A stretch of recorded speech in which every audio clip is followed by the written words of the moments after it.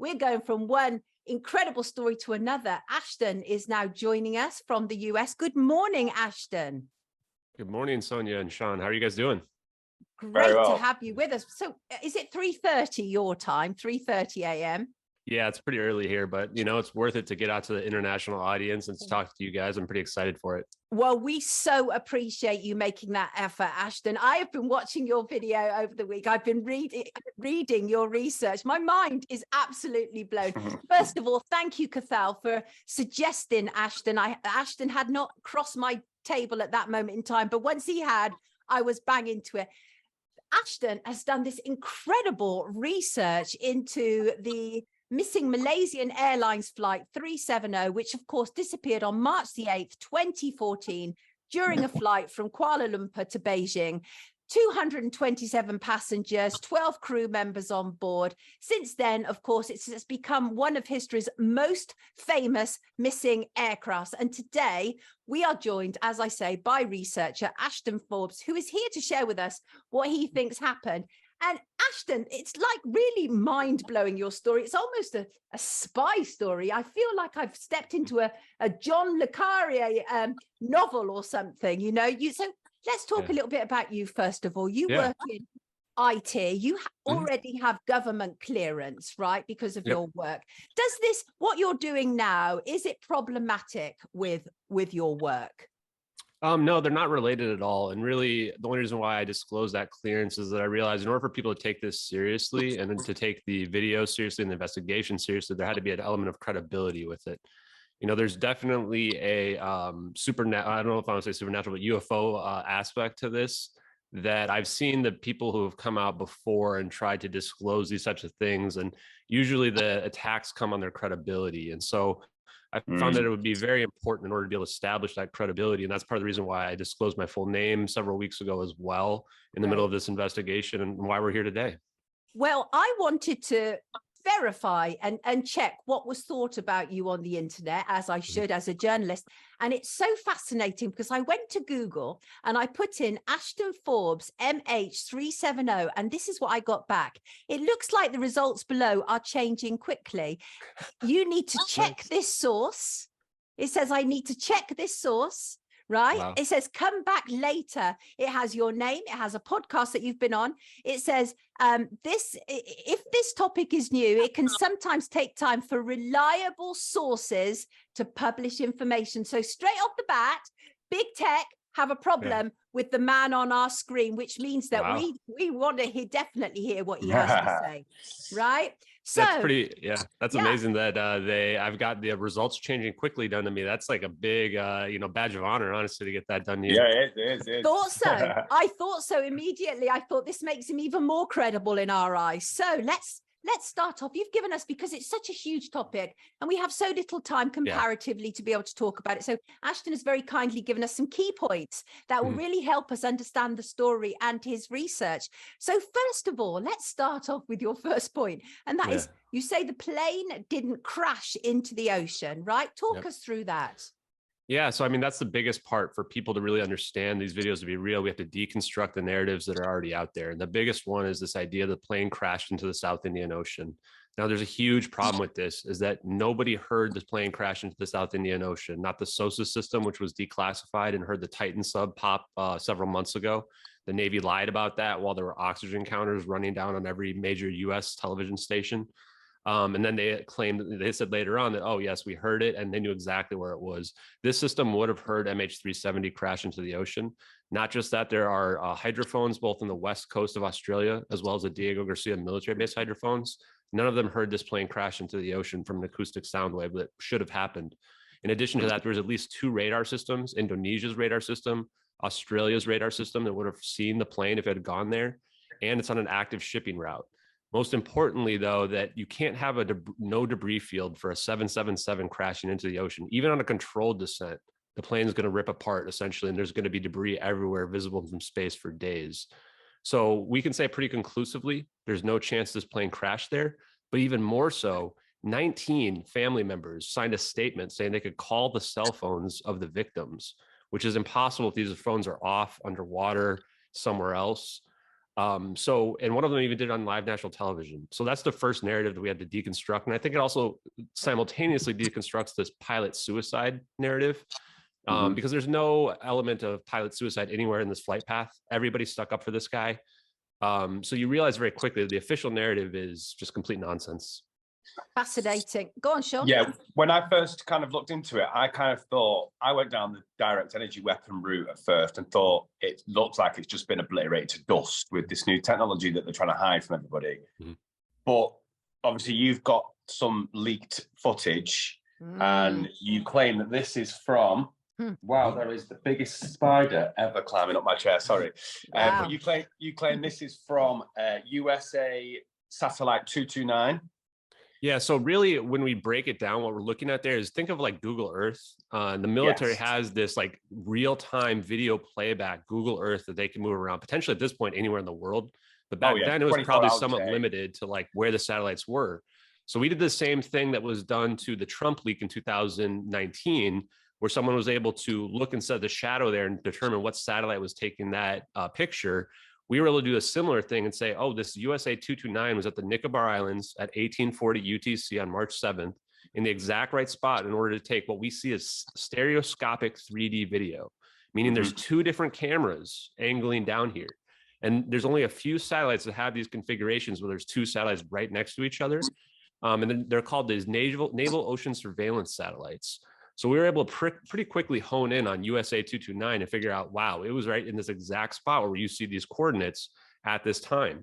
And what it's doing is relaying all this information from the SIGINT, which is signals intelligence, and SIBR system to create this 3D battlefield space that, you know, an analyst, intelligence person could be looking at and watching the plane. Can you just explain to the audience what happened in that video? Yeah, I'm actually watching them on my screen right now. So in the video here, we see this plane is descending, is very low. We can see these cumulus clouds that are right next to it. We can also see smoke trails coming out of the back of it. And it's making what looks to be like an emergency left-hand turn consistent with a circle formation. And then all of a sudden we see an orb come through the screen at about 10 times the speed of the airplane. We've estimated at about Mach 3. And this orb kind of slingshots past the plane. And then it does a very odd orientation next to the plane until it gets in a formation around the plane. Now, very quickly, a second orb comes up from the ocean. You can watch it skim across the ocean, come up through the cloud, and it begins to come in formation with the first orb. About 2 or 5 seconds after that, a third orb gets into formation. They form a triangle, and they begin circling. Would you call that? Interestingly enough, that's what I thought at first. But when you look at it, it's a little bit different than what you would think of from the black triangle UFOlogy aspect. But this is where I come to the idea that this is somehow reverse engineered technology. It's very similar, right? A little bit different, right? Human or non-human?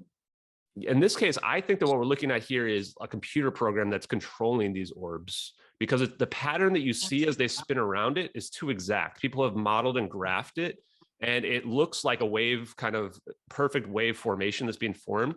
If you were to collapse time down, what they're doing is they're encircling the plane entirely. And we've shown this as well on my Twitter that you can see. What we think is happening here is some kind of tracking and perhaps like mapping of the plane to prepare it for what you see in the end. So as it's spinning around, it actually changes orientations. And right before we get to our zap, it's almost like a ring vertically around the plane spinning around it. And then all of a sudden you see this zap go off. And the important part about this is in the thermal footage, there's 2 different videos showing the exact same thing. We can see that this is a dark, cold event. It's an endothermic event.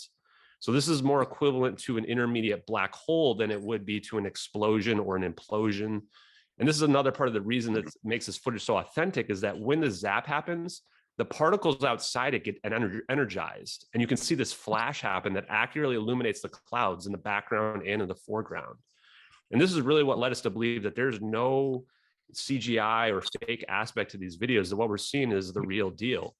And so that's becomes very difficult to figure out what we're looking at here. We've kind of reverse engineered what we're looking at to determine that it's not cloaking, because the smoke just disappears immediately. It's not an annihilation event, because this would be much, much more energetic. It would destroy part of the planet. People have speculated if it was some type of like bomb that is kind of going off, or the plane is turning into a bomb. And all that leaves is teleportation, some type of teleportation. Now, we've gone and looked at the science, and it appears to be what we would call macroscopic decoherence. which if you looked at the double slit experiment, this is where non-locality, quantum entanglement, all of these properties could come from, because they've looked at it and said, there's no way that the universe can know just by looking at it that it should act differently. Right. And if you kind of take that same science and you say, okay, let's flip that around. Instead of breaking down the wave function, let's rebuild the wave function. Now what that lets you do is teleport an object that's a macro scale object. This is so much bigger than I think anybody initially imagined, right? So why this plane in particular? What was going on in that regard? Yes, Sonia. Who was on it?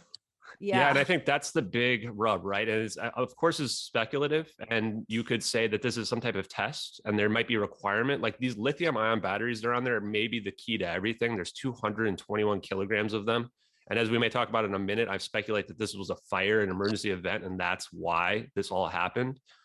But the other thing that's important is these 20 free-scale semiconductor scientists that were on board, because if what we're looking at here is advanced classified technology, then why are there 20 of the most important people from this advanced, semiconductor company on this plane? That's too many people for a plane. Most companies have rules that you can only have like 3 or 4 important people on a flight, right?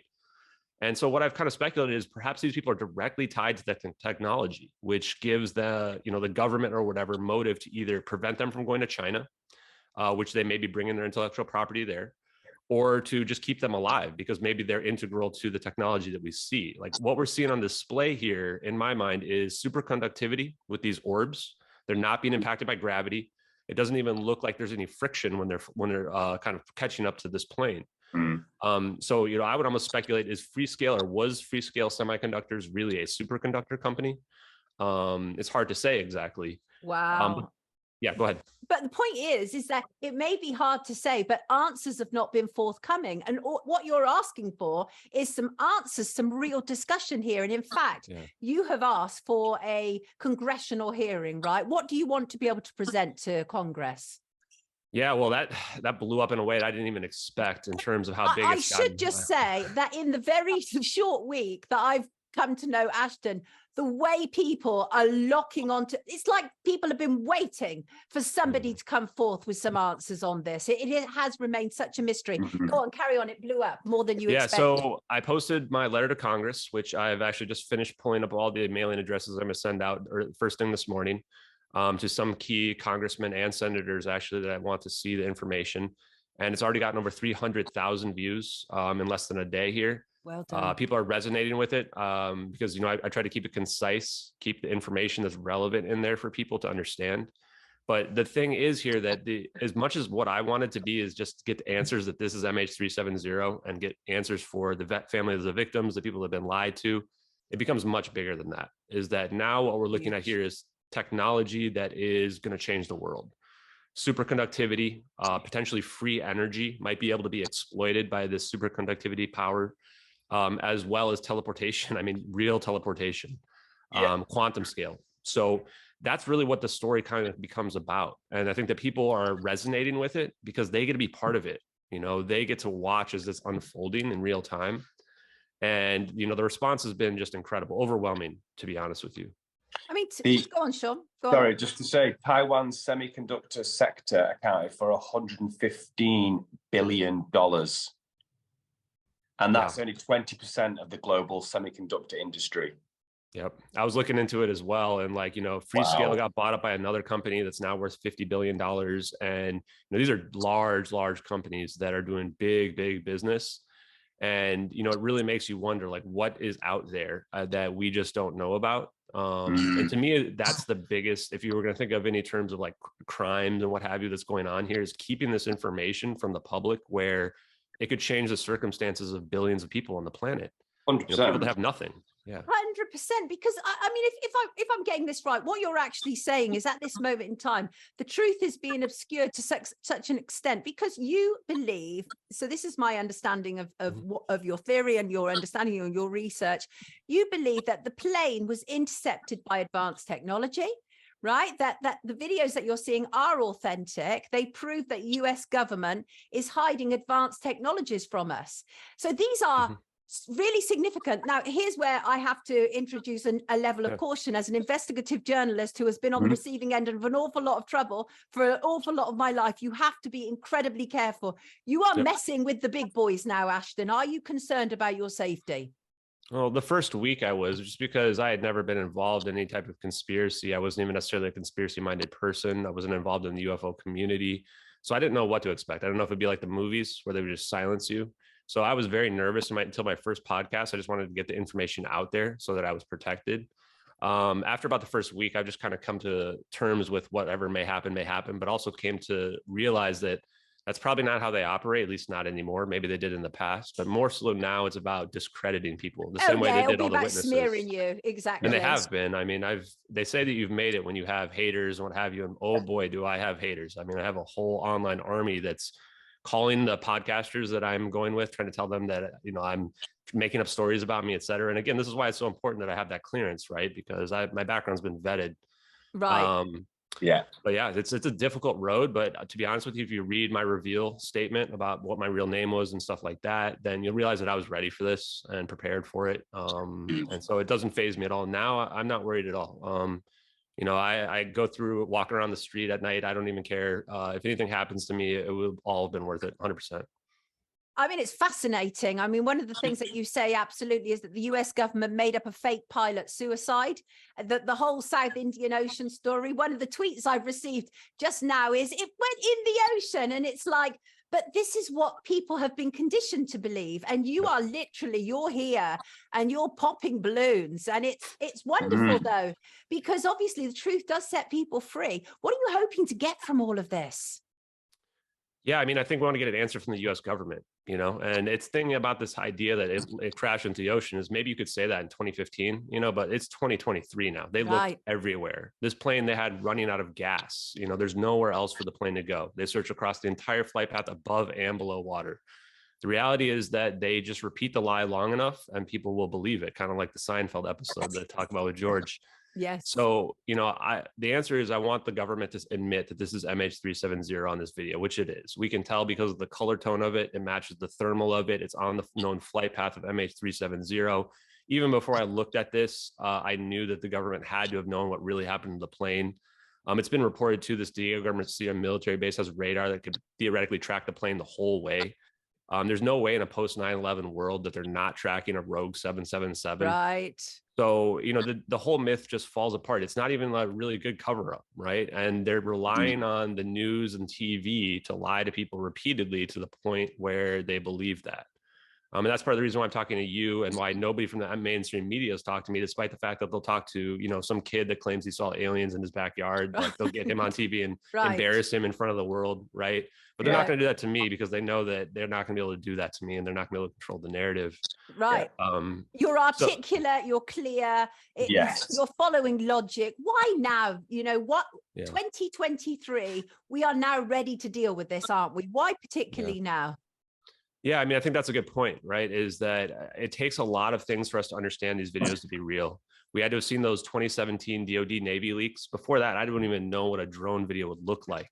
We had to see that Trump satellite picture because we didn't know what the optical capabilities would be. And we can see that they use false color IR, which is very important because that means we can take this video at night, which is what we're seeing here. Then even more recently, 2020 and beyond, all these wormhole papers that I didn't even know existed before this that show humanly traversable wormholes are possible and you can survive them, which blew me away.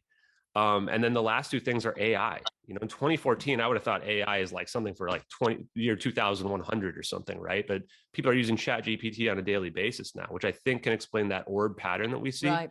And then lastly, superconductivity. I'm of the mind that superconductivity is also being covered up with LK99 and that at least in the West, you know, that we have kind of tried to brush it off and say that's not real because people weren't able to perfectly recreate it. But we're looking at videos from Korea and elsewhere in Asia that are essentially proving that it actually is real. He wants to know why they did it. Yeah. Why did they do this? So here's the thing. So I've basically been able to prove that there was a lithium ion battery fire in this plane from going to the witness who was out underneath this plane right before it got zapped. She didn't see it firsthand because she got in like a situation with her husband and went inside the boat at like, that must be the wrong exact time. But what she saw was an orange glowing plane. And I kept trying to figure out, was that because of the orbs? What was going on with this? And someone speculated that the bromine from the fire extinguishing devices would have had a chemical reaction that caused the plane to glow orange if the gas permeated throughout the plane. And sure enough, you can find videos that actually this gas is very orange, and it would very much do that to the plane. So once you take that, okay, maybe there was a fire on the plane and the containment had broken and this gas got out through the plane, you go back and look at the other witnesses, and you find out at 1721, when this plane went dark, Mike McKay is sitting on an oil rig and he sees the plane on fire at that exact time, at the exact location. And then you also realize that 10 minutes later, there's a bunch of fishermen who see the plane flying very low right outside of Thailand and Malaysia, right off the coast there as well. The reason why it's flying low is it did get depressurized, probably from the lithium-ion battery's initial explosion. And the pilots are trying to keep everybody alive, because if the plane's depressurized, you need to stay underneath 10,000 feet. Otherwise, people aren't going to have enough oxygen to be able to breathe. In addition to that, there was a bunch of people on the coast, 9 of them, that reported loud bangs that they heard at exactly 1720 UTC, which is the same time where this plane went dark. So this all points to one scenario, which is that there was a fire on board the plane from lithium-ion batteries. These lithium-ion batteries are very dangerous. You can find a bunch of articles between 2010 and 2014 where a lot of people died, planes burned up from them. It's usually because there's a defect in them. Turns out Straits Times, Singapore's newspaper, reported that this 221 kilograms of lithium-ion batteries were not security screened properly. So it's very possible that this is what happened and caused the initial event. And then you get to a point where this plane is now an emergency event, right? These pilots are not suicidal, they're heroes. They couldn't land in Penang. They get across the country because Penang's the closest airport and they go right at it. They probably can't land because the fire damaged the landing gear or something like that. So the next bet is try to land in the ocean. Problem with landing in the ocean is it's middle of the night, pitch black dark. Again, like I mentioned, you try to land in the ocean, the plane's going to come apart. Also, probably about 70% of these people on the plane were Chinese nationals. Now, you may or may not know, but a lot of Chinese, at least mainland Chinese, do not learn how to swim. It's not like necessarily in the West where everybody learns how to swim in America, stuff like that. So most likely this plane crashes in the ocean, everybody's going to die. So you can look at it a couple different ways. You can look at it from the espionage perspective, or you can look at it from the perspective of, they're trying to save these passengers for whatever reason. But either way, regardless, the motive is we're pulling out the big guns, we're pulling out this technology to try to save them. And I am speculated that when they do this, it's somehow putting out the fire as well. When they zap this plane, may go have it teleport through this black hole, that maybe it dissipates the energy and makes that fire stop. This is just mind-blowing. Crone in the comments says, this is so informative. Thank you, Ashton. And so say all of us. We're so grateful for you taking the time to join us today. I think what you're doing is just going to spiral. I literally think it is. It's brilliant. You clearly have an answer for everything, which is wonderful. Everybody, this is Ashton Forbes. We will put a link to Ashton's X account in the show description. And I just want to say once again, thank you for all your work, Ashton. I mean, this literally this could just redefine so much that we know about this event. Everybody, Ashton Forbes, take good care of yourself, Ashton. Thank you. Thank you very much, guys. Appreciate it. Thank you. Brilliant. What phenomenal work, Sean. This is literally mind-blowing. My mind is blown by what he's had to say today.